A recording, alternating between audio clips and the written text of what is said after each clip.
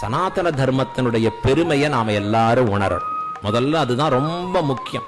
இன்னி வரைக்கும் யுகம் யுகமாக சொல்லப்பட்டிருக்கக்கூடிய விஷயங்கள் நம்ம அளவுக்கு வந்திருக்குன்னு சொன்னா எத்தனை தபஸ்விகள் கொண்டு வந்து சேர்த்திருப்பா நம்ம இடத்துல, எத்தனை மகான்கள் அதை போற்றி பாதுகாத்து நம்ம இடத்துல கொண்டு வந்திருக்கா. இப்ப இன்னைக்கு நம்முடைய டியூட்டி என்னன்னா அதை எப்படி அடுத்த தலைமுறைக்கு கொண்டு சேர்க்க போகிறோம். ஒருவன் ஒன்றை உபயோகிக்க வேண்டும் என்றால் முதல்ல அவன் என்னவா இருக்கணும்? மனுஷனாவே இருக்கணும்.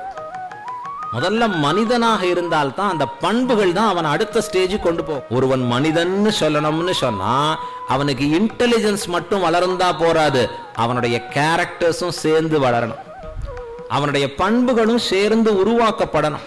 அது எப்படி முடியும்னா ஸ்பிரிச்சுவலான நாலேஜ் அதிகம் வளர வளர வளரத்தான் இவனால எப்படி உயர முடியும்.